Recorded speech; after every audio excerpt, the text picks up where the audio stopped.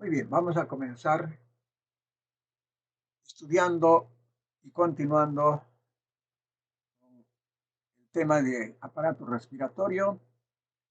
Vamos a estudiar tórax antes de estudiar pulmón y corazón. Entonces vamos a ver el tórax, la llamada también caja torácica.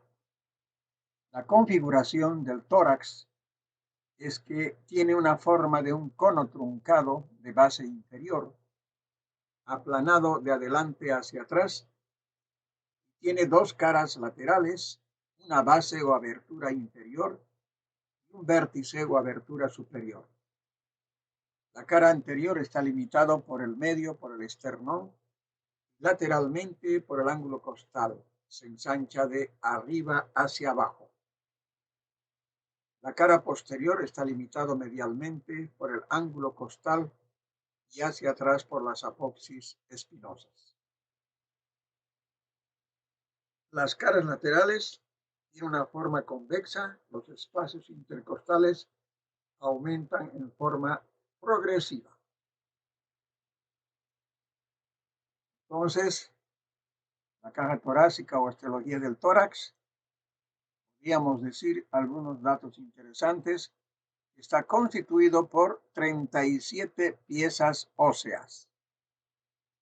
Hay 12 vértebras torácicas o dorsales. Tenemos 24 costillas, 12 a cada lado, 24 costillas. Y tenemos un esternón. Y aquí hay un ángulo muy conocido que es el ángulo de Charpy. El ángulo de Charpy entonces está constituido por los bordes costales o intercostales y tiene un ángulo de 75 grados. Hacia arriba tiene un diámetro, el vértice del tórax, de 6 por 10 centímetros y abajo se ensancha y ese diámetro corresponde de 12 por 26 centímetros. Este otro era 6 por 10 centímetros. 6 AP y 10 centímetros transversal. El esqueleto del tórax o caja torácica, entonces podríamos decir que está constituido primero por el esternón, adelante, luego los cartílagos y las costillas y atrás por las vértebras torácicas.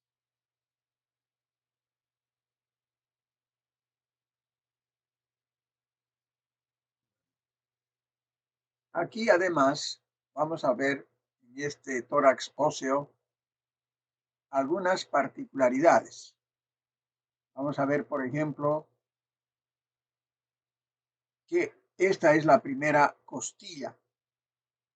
La primera costilla está yendo al mango del esternón.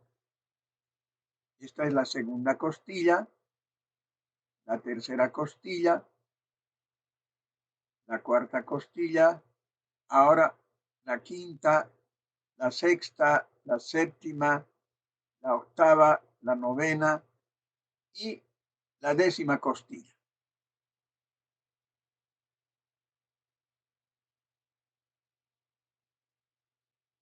Entonces, delante, cada costilla verdadera tiene su propio cartílago intercostal.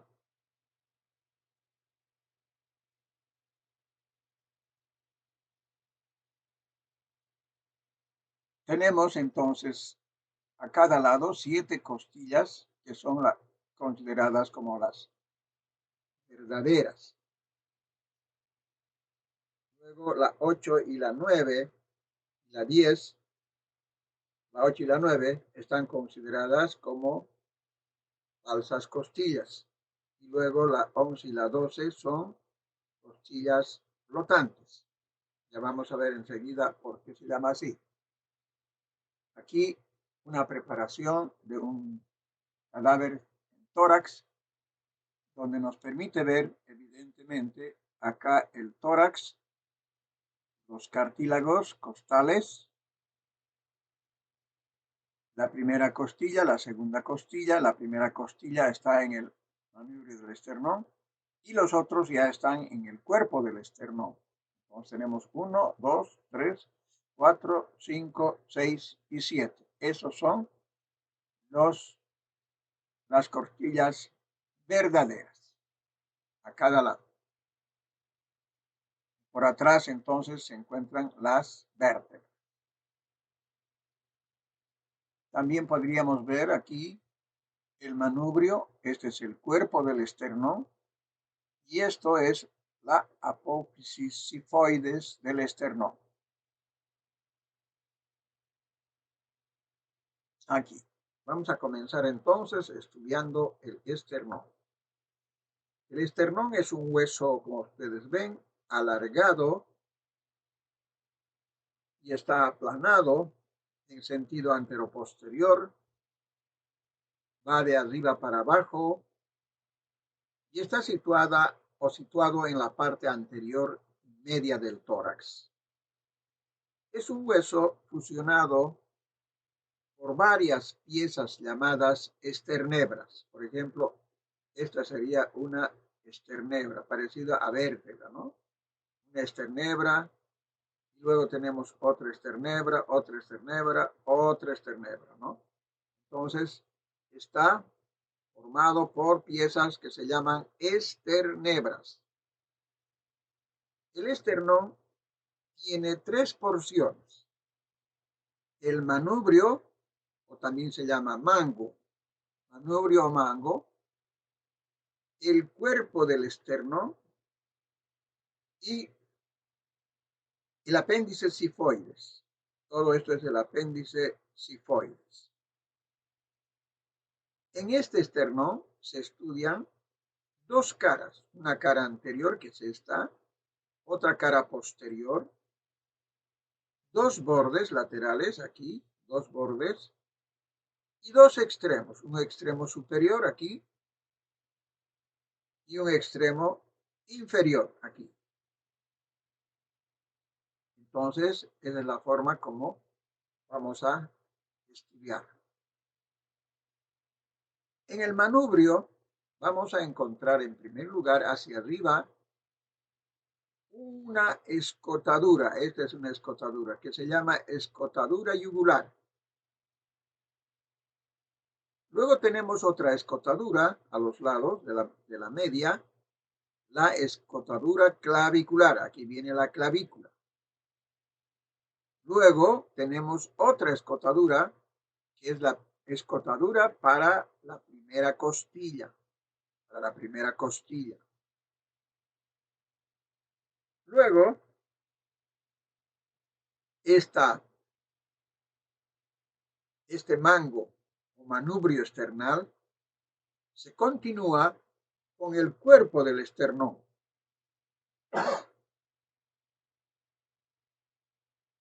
Aquí, en esta unión entre el manubrio y el cuerpo, sobresale un ángulo llamado ángulo esternal o ángulo de Luis. Este es el ángulo de Luis.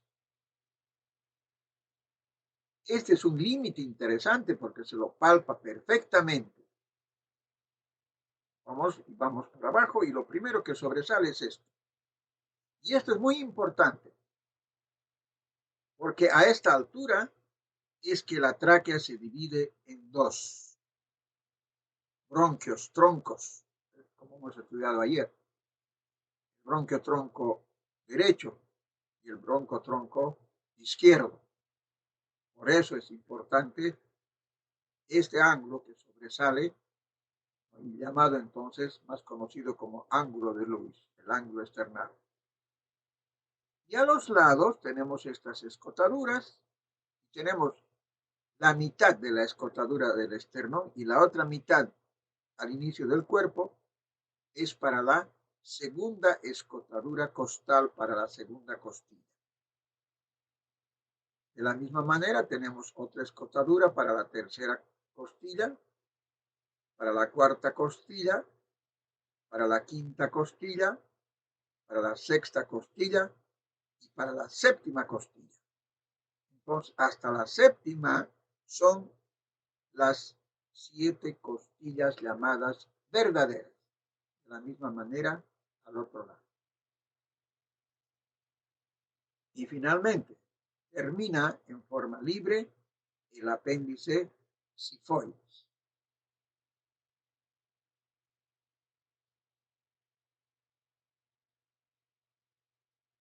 Esto entonces es lo mismo.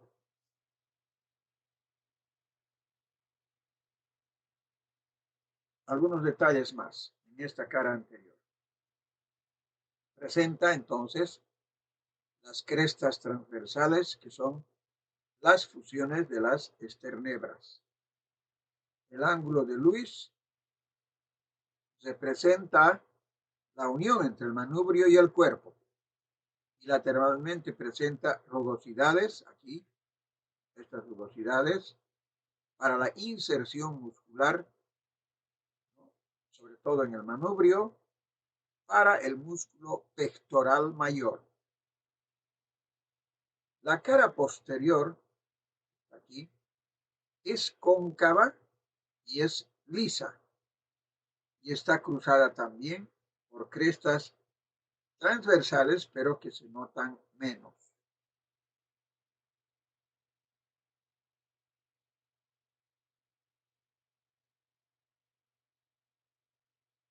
Aquí tenemos otra imagen, el manubrio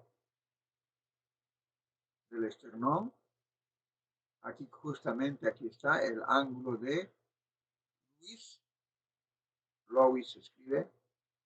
El cuerpo con surcos transversales, las esternebras, y a los lados las escotaduras para las diferentes costillas hasta llegar a la séptima, y la sifoides, que tiene múltiples formas de terminar. En este caso, por ejemplo, está terminando con un orificio abierto. A veces termina simplemente en una aguja, ¿no? La apófisis está sifoides, entonces son interesantes porque aquí todavía incluso se va a insertar el músculo recto anterior del abdomen, el oblicuo externo y el transverso. Y además la línea alba también termina acá. Vamos a estudiar eso en abdomen.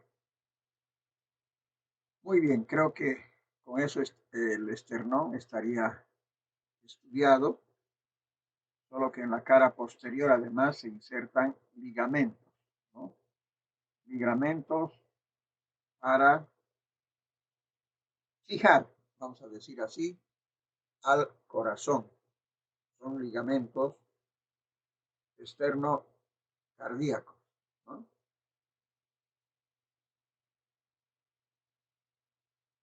Y ahora vamos a, vamos a, vamos a ver, hemos estudiado el esternón, ahora vamos a estudiar las costillas. Las costillas, ahí tenemos las costillas. Las costillas son huesos planos y son huesos largos. Forma un arco lateral a medial. Miren que ustedes va hasta atrás. Se dirige primero hacia afuera y hacia abajo, hasta el ángulo posterior, donde cambian de dirección. Se encaminan entonces hacia adelante y abajo, hasta un ángulo anterior. Aquí vuelven a cambiar dirigiéndose hacia adentro, hacia abajo y adelante. Prácticamente hacen toda una vuelta para formar esa cavidad torácica. Decíamos que hay 12 costillas verdaderas, hay costillas falsas, que son 3, y hay 2 costillas que están flotantes. Por eso aquí dice, son 12 costillas. 12, pero a cada lado. 24 costillas. Como dice aquí, verdaderas, falsas y flotantes. Verdaderas son estas hasta la séptima, como hemos dicho, son 7. Están unidas entonces al esternón por cartílago costal. Las falsas son 3, la 8, la 9 y la 10.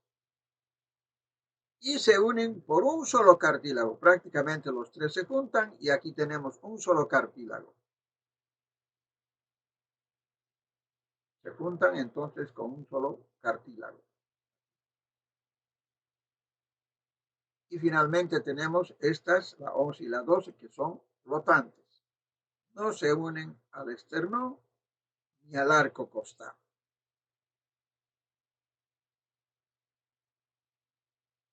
Una costilla típica tiene las siguientes partes. Recuerden bien. Es un arco. Por consiguiente, va a presentar hacia atrás la cabeza costal y va a tener acá en la cabeza estas superficies o carillas articulares para el cuerpo vertebral, ambas carillas. Luego tenemos aquí, después de la cabeza viene el cuello y luego aquí viene el tubérculo y aquí hay una carilla también articular para la apófisis transversa de la vértebra. Vértebra dorsal, por supuesto. Y luego hacen un arco y aquí hay un ángulo. Y ese ángulo permite entonces cambiar de dirección hacia abajo y un poco hacia adelante. Ahí está. Lo interesante de esto, para recordar de la costilla, es que aquí en el borde superior no hay nada, es cortante. Pero en el borde inferior hay un canal, fíjense este canal. Ese canal se llama surco costal, canal costal. Este canal es muy importante porque por acá corre el paquete vasculonervioso de la costilla. Es decir, va a correr la arteria intercostal, la vena y el nervio intercostal, el paquete vasculonervioso. Ya vamos a aprender por eso, para recordar, para puncionar el tórax, cuando hay neumotórax, aire en el tórax, o hay sangre en el tórax, se llama hemotórax. Quiero saber qué es lo que hay. Voy a puncionar, hay líquido de derrame, hay pus, ¿qué hay? No sé. Tengo que puncionar para sacar una muestra. Y la punción siempre la debo hacer en el borde superior de la costilla. Nunca en el borde inferior, porque si no le voy a dar a la arteria o la vena. Voy a aumentar, si acaso está con una hemorragia, le voy a aumentar porque esta arteria es de alta presión. Porque está naciendo de la aorta torácica. Entonces, tiene mucha presión, el sangrado sería gravísimo. No puedo equivocarme en eso. Esta entonces es una costilla típica.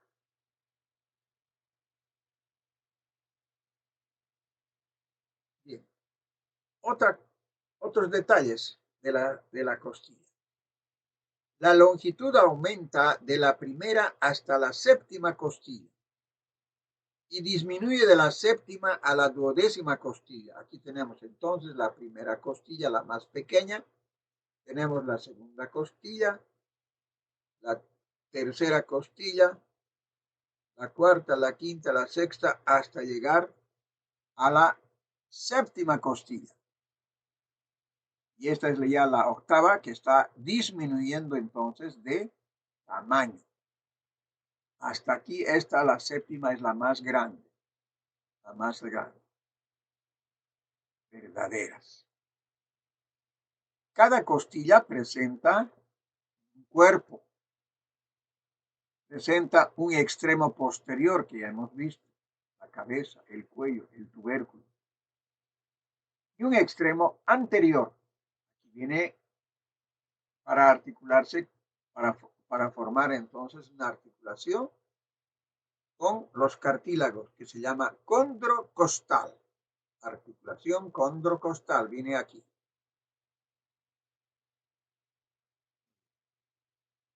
Seguimos. El cuerpo de la costilla presenta una cara lateral, que es esta, la cara lateral, donde sobresale el ángulo costal. Luego tiene una cara medial hacia adentro, una cara medial que presenta en su parte inferior el surco de la costilla. Aquí está el surco del paquete vasculonervioso. Tiene un borde superior, que es romo, y un borde inferior delgado y rugoso que forma el labio inferolateral del surco costal, y aquí además se insertan los músculos intercostales. Estos son los músculos intercostales. Aquí tenemos los músculos intercostales.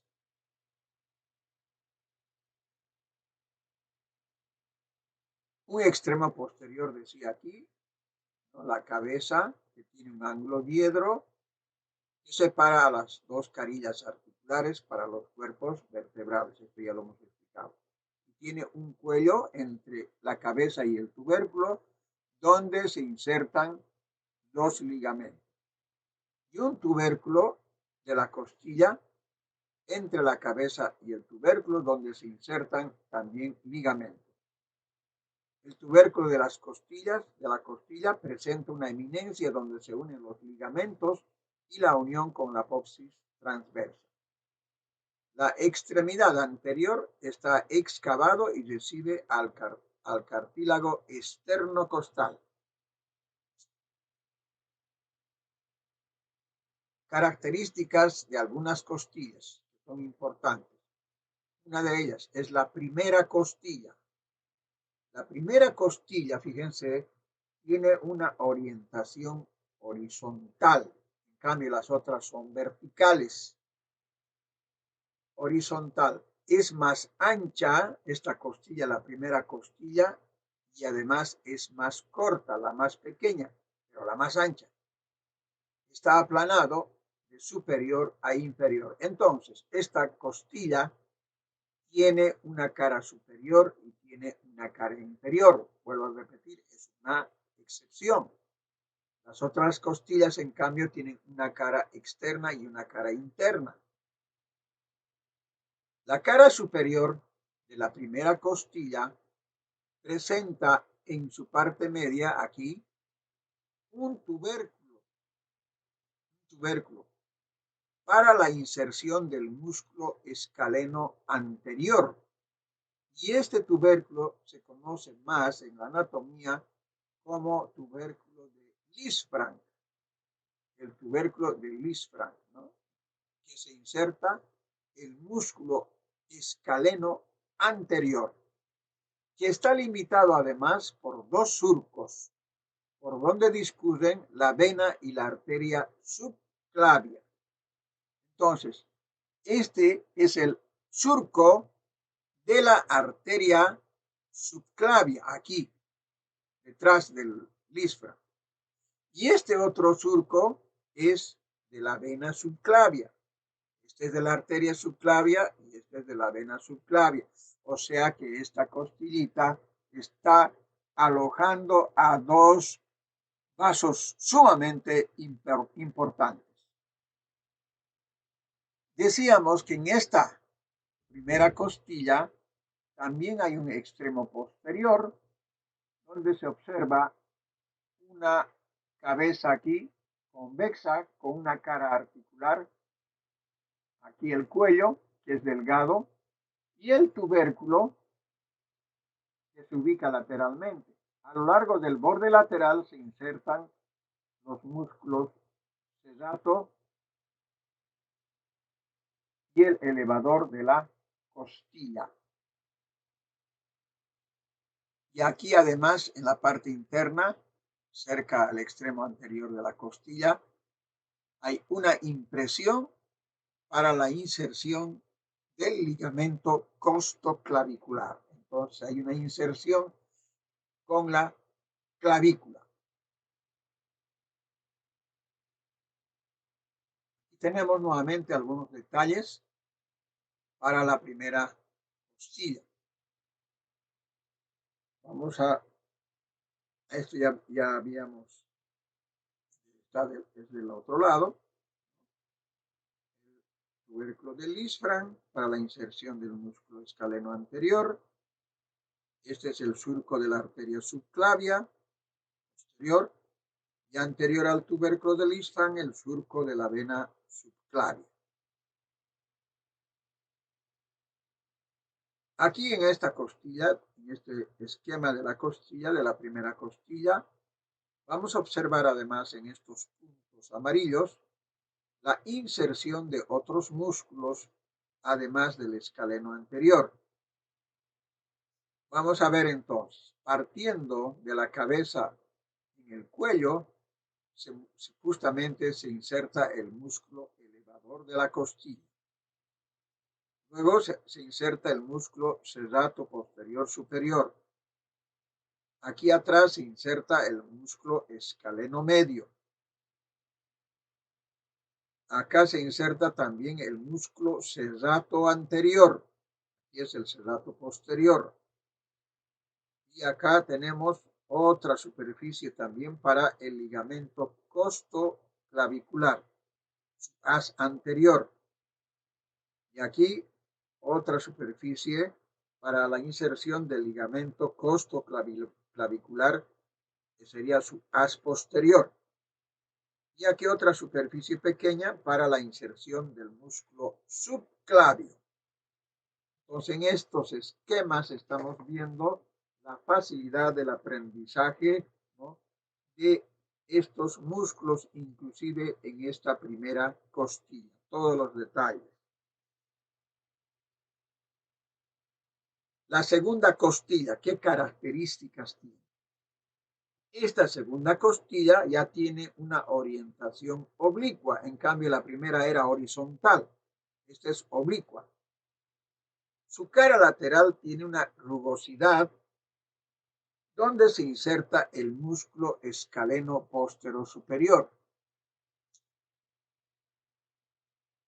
El serrato anterior y además del pectoral menor. Aquí está el pectoral menor. No tiene surco costal, así como la primera costilla tampoco tiene surco costal. Su cabeza tiene una cara articular, una sola cara articular, no tiene tubérculo. Esta costilla no tiene tubérculo, no tiene surco y tampoco tiene ángulo.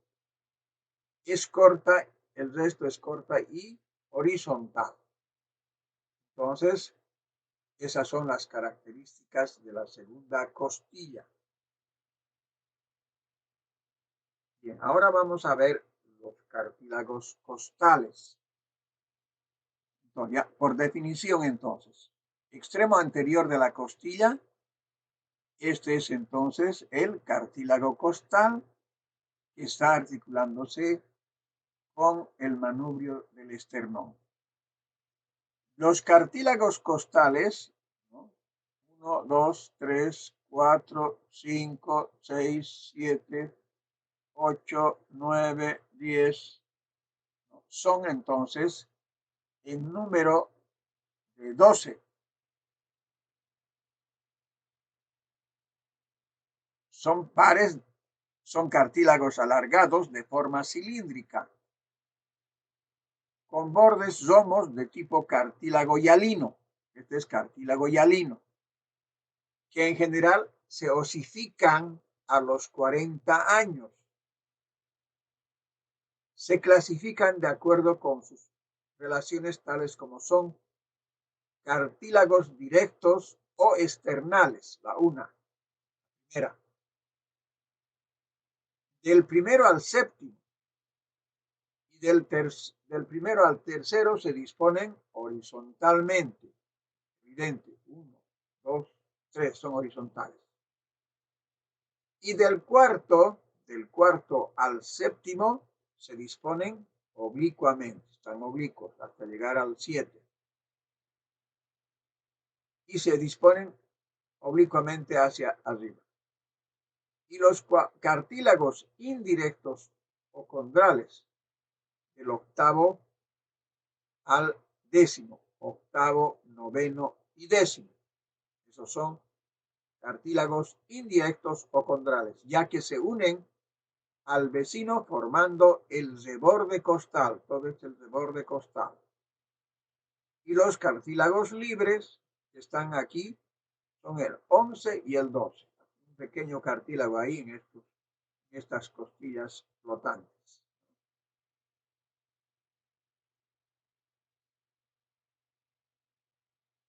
Configuración externa de la caja torácica.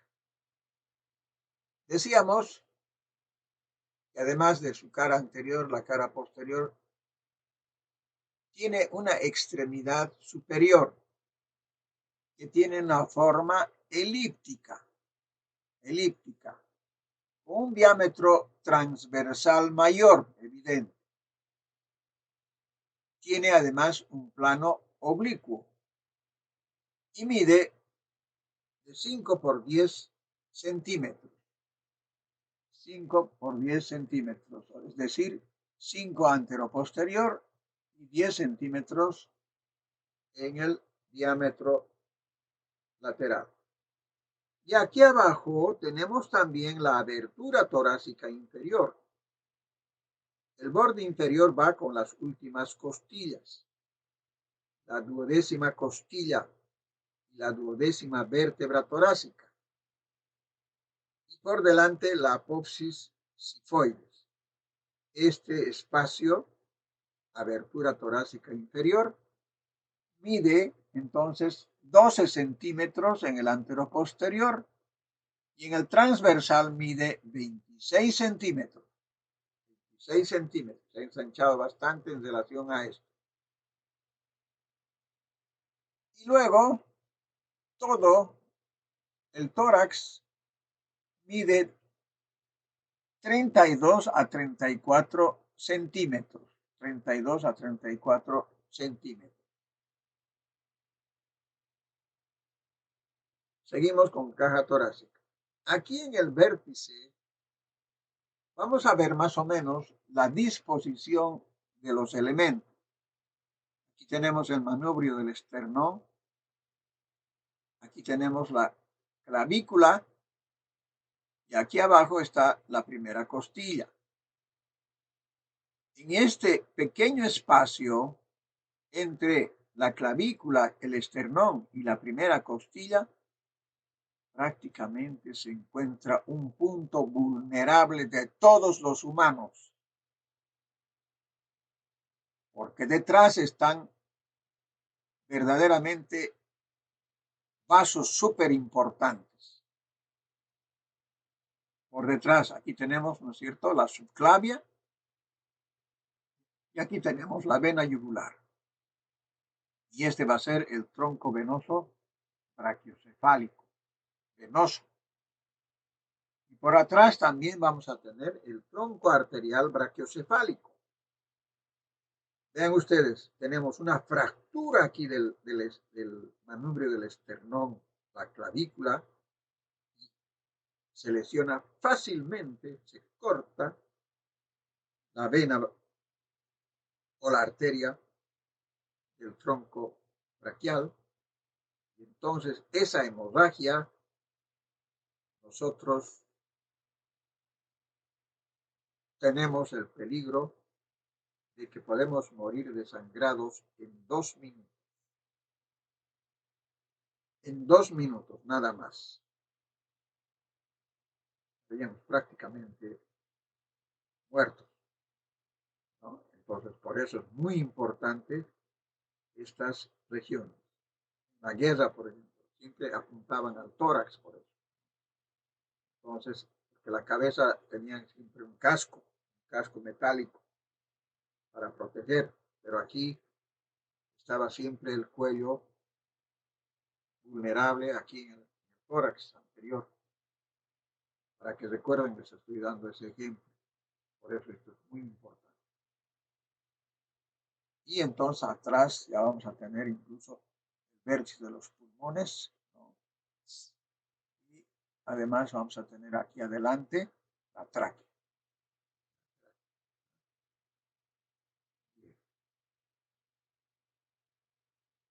Vamos a ver entonces la configuración interna. La superficie interna corresponde a su par externo, parecido a esto. La cara posterior presenta una eminencia media formada por los cuerpos vertebrales. Aquí, esto es todas las vértebras, las 12 vértebras torácicas o dorsales. La parte media está entonces por, por los cuerpos vertebrales de las torácicas. Luego los surcos pulmonares, que son anchos y profundos, y están situados a los lados de la columna torácica. Esta es la columna torácica y a los lados entonces vamos a observar dónde van a estar situados los pulmones. Ahora vamos a ver las articulaciones del tórax. Las articulaciones del tórax se dividen en articulación costovertebral, costilla y vértebra. Articulación costocondral, articulación intercondral, articulación esternocostales y articulación sin condrosis del esternón y articulación esternoclavicular. Articulaciones costovertebrales. Entonces, la costilla está unida a las vértebras, las vértebras torácicas, ¿no? Por las articulaciones de la cabeza de las costillas. Aquí está la articulación de la cabeza de la costilla. Las articulaciones costotransversas. Estas son las articulaciones entre la costilla y la apófisis transversa. Aquí está la articulación costotransversa. Y además, aquí se van a encontrar los ligamentos costotransversos. Ligamentos costotransversos. Y también vamos a observar en la misma articulación el ligamento intraarticular. Ahí va a estar el ligamento intraarticular. Articulaciones costovertebrales que hemos visto perfectamente. Ahora las articulaciones de las cabezas de las costillas. Cabeza de la costilla, aquí está la cabeza. Cada cabeza costal tiene la forma de una cuña. Aquí, en este corte se ve muy bien. Presenta dos caras articulares, una superior y una inferior aquí. Esta cuña costal se adapta a las caras articulares que ofrecen las vértebras. Las costillas 1, 11 y 12 tienen una sola cara articular para cada vértebra, que es plana o convexa. En cambio, las otras, estamos viendo, tienen dos superficies articulares, una superficie superior y una inferior. Las otras solo tienen una sola carilla. Las articulaciones de las cabezas de las costillas. En esta articulación vamos a observar una cápsula articular que rodea a la articulación, a cada costilla. Ese es el llamado ligamento radiado de la cabeza de las costillas. Evidentemente están irradiando. Va en forma de abanico de la cabeza costal, es la cabeza costal, ¿no? A la vértebra superior e inferior y el disco intervertebral. El ligamento costovertebral posterior va desde la costilla a la cara anterior del agujero intervertebral y la cara lateral de la vértebra subyacente. Ahí tenemos ligamentos de la cabeza costal.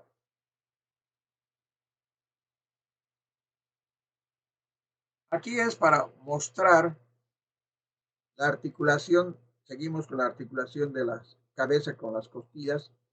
Esto es para mostrar un ligamento intraarticular de la cabeza. Va desde el ángulo diedro de la cabeza costal al disco intervertebral. Ven ustedes, es el disco intervertebral, es la vértebra superior, la vértebra inferior, y este es el disco. Justamente la inserción entonces es en el disco. Es el ligamento intraarticular de la cabeza de la costilla. Va del ángulo diedro de la cabeza costal al disco intervertebral. Este ligamento no lo presentan las articulaciones 1, 11 y 12. Pero está muy bonito esta la explicación. Las articulaciones costotransversas. Ahora con la posttransversa. Las superficies articulares. La costilla está representado por el tubérculo costal. Y por la vértebra, por la fosita costal de la apófisis transversa. La apófisis transversa de la vértebra. Los medios de unión de esa articulación son la cápsula articular, está reforzada por dos ligamentos. El ligamento costotransverso lateral, que va del vértice de la apófisis transversa al tubérculo de la costilla. Y el ligamento costotransverso inferior, que va del borde inferior de la apófisis transversa al borde inferior de la costilla.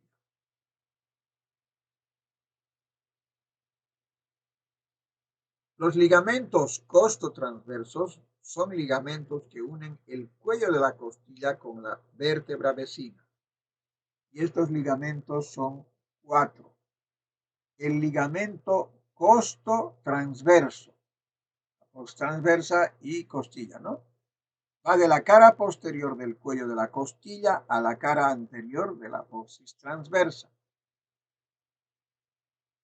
El ligamento costotransverso superior va del borde superior del cuello costal al borde inferior de la apófisis transversa suprayacente. Aquí está el ligamento transverso.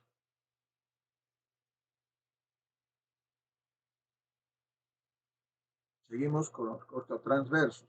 Son ligamentos que unen el cuello de la costilla con la vértebra vecina.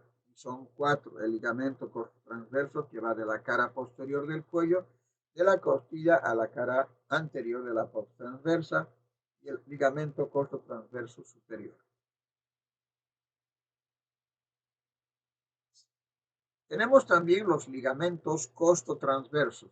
El ligamento cérvico-laminar, aquí que es este, va de la cara posterior del cuello de la costilla al borde inferior de la lámina vertebral suprayacente, o sea, por encima, no el que le corresponde.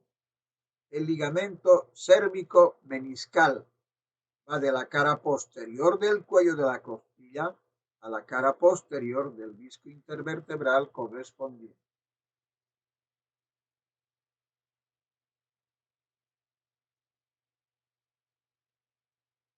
Ligamento entonces aquí el costotransverso lateral. Este es el ligamento costotransverso posterior.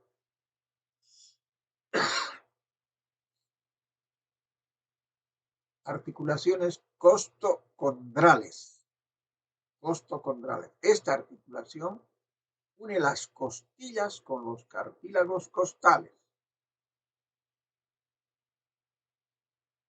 Costilla y los cartílagos costales, que son costilla y cartílagos costales. El cartílago está soldado a la costilla.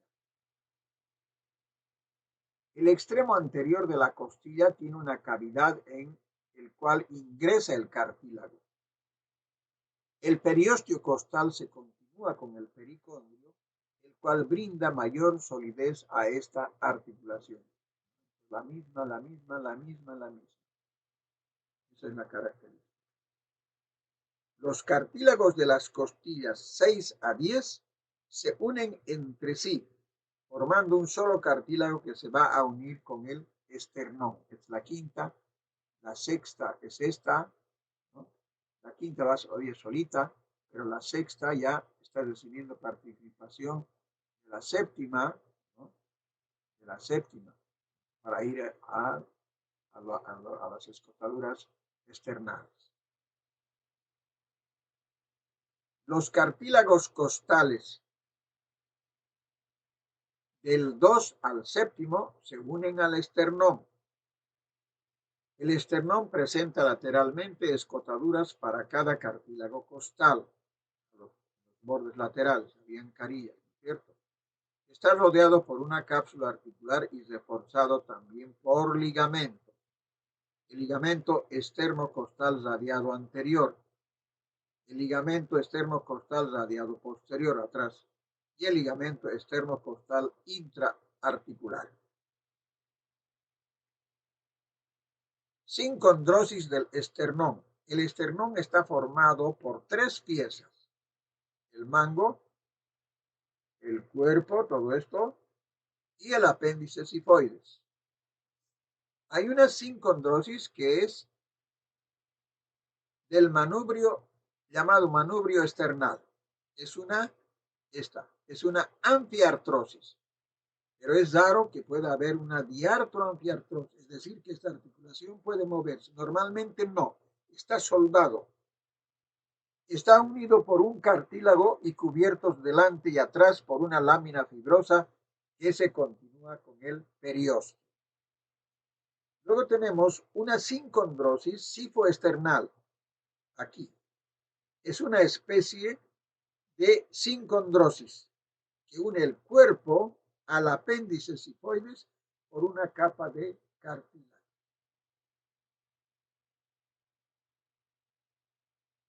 Articulación esternoclavicular. Este es el esternón, esta es la clavícula. Articulación que se une el esternón más la clavícula más el primer cartílago costal. Esta es una articulación que se llama encilla de montar. Articulación encilla de montar. Las superficies articulares son la de la clavícula, que es esta, presenta una carilla articular anteroinferior de la extremidad medial de la clavícula. Y el esternón presenta una escotadura cóncava para la clavícula. Y aquí este ligamento es intraarticular, ¿no? Entonces es que se mete para separar ambas superficies. Articulación externoclavicular. Las superficies óseas no se corresponden, por lo cual requieren un disco articular. Están revestidos de una cápsula que la envuelve y reforzada además por estos ligamentos. Es el ligamento externoclavicular anterior, y atrás también hay un externoclavicular posterior y hay un ligamento externoclavicular superior e inferior. Y el superior se continúa además para reforzar, ¿no?, tanto la horquilla external como prácticamente fijar a ambas clavículas con este ligamento, ¿no?, para que no se mueva.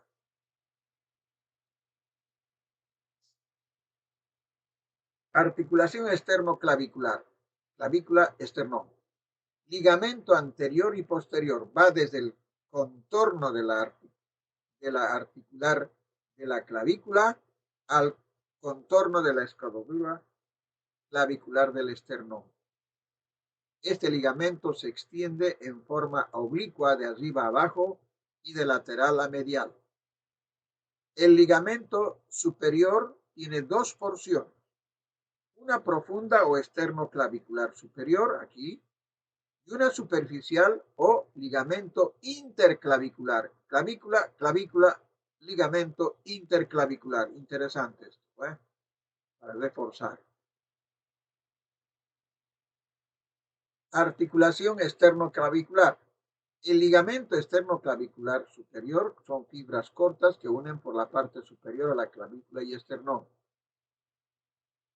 El ligamento interclavicular, decíamos, que va de una clavícula a la otra y pasa por la escotadura yugular, así se llama también actualmente, ¿no? O horquilla también se llama, esternal, y cubre al ligamento superior, externo-costal superior. El ligamento inferior va del primer cartílago costal, es este, hasta la primera costilla. Bien, ahora vamos a ver un poco, hemos visto la osteología, hemos visto la artrología, vamos a ver algunos tipos de tórax. Muchos consideran que hay tres tipos de tórax normales. Los más altos, un tórax largo, los líneos también que se llaman. Los más gorditos, pequeños, tienen un tórax ancho. Y los más tenemos un tórax normal. Pero hay también las formas raras de los tórax. Uno es el tórax en embudo, y es muy amplio y siempre va hacia abajo. El otro es el tórax aplanado, de diámetro transverso, mucho mayor que en el sentido anteroposterior. Tenemos también el tórax anguloso, que es estrecho transversalmente y además se observa el esternón más prominente. El tórax paralítico, tenemos todavía otros tipos de tórax, el paralítico, conocido también como tórax aplanado, tísico o tórax en expiración permanente.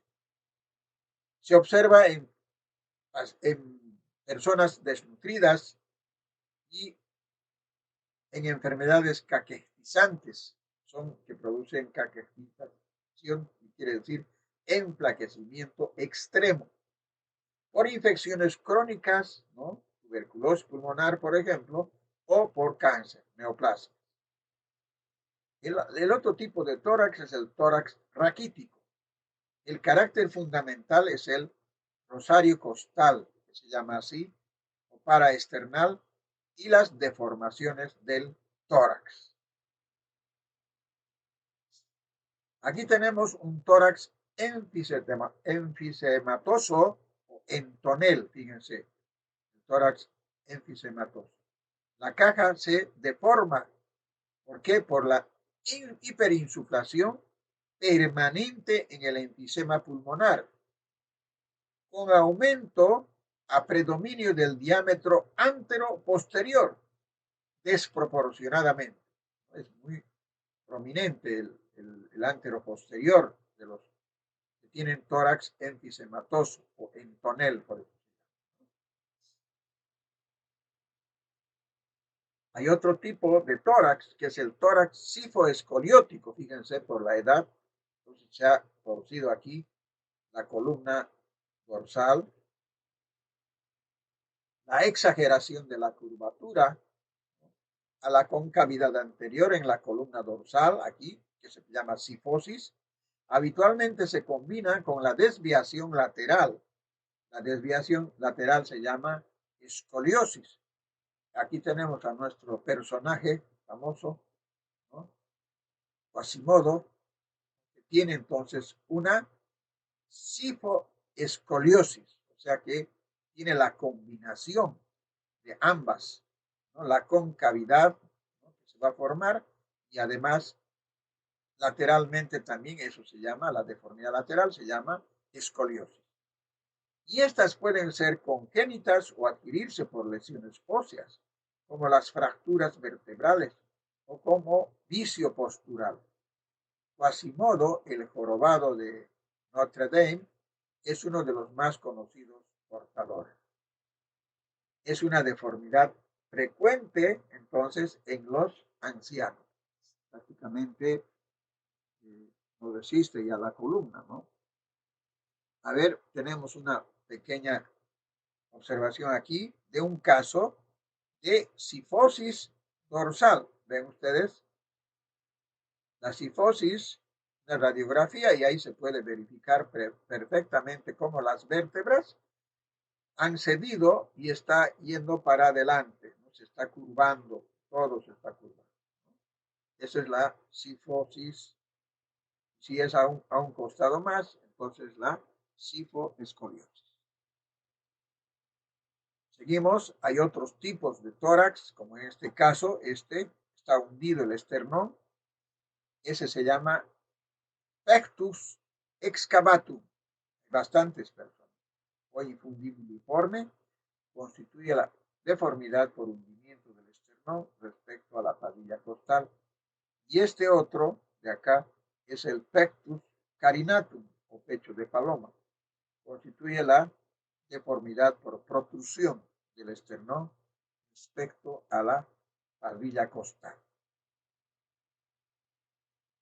Y esta es una pieza anatómica de un caso de escoliosis idiopática grave. Idiopática quiere decir que no se conoce la causa. Vean ustedes la terrible deformidad de toda la columna prácticamente. Bien, qué bárbaro. Una deformidad increíble. Y además hay también deformidad inclusive de los huesos ilíacos, la pelvis.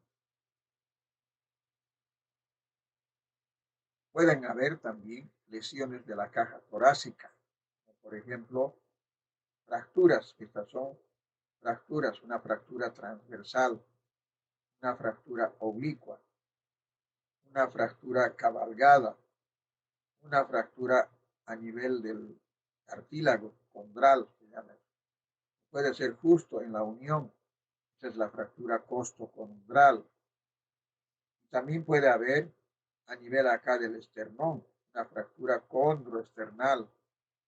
O puede haber simplemente aquí una fractura esternal, se rompe el cuerpo del esternón con un tremendo golpe ahí, cuando uno está conduciendo a 200 kilómetros por hora, pues entonces rompe todo el esternón y se rompe el alma, ¿no?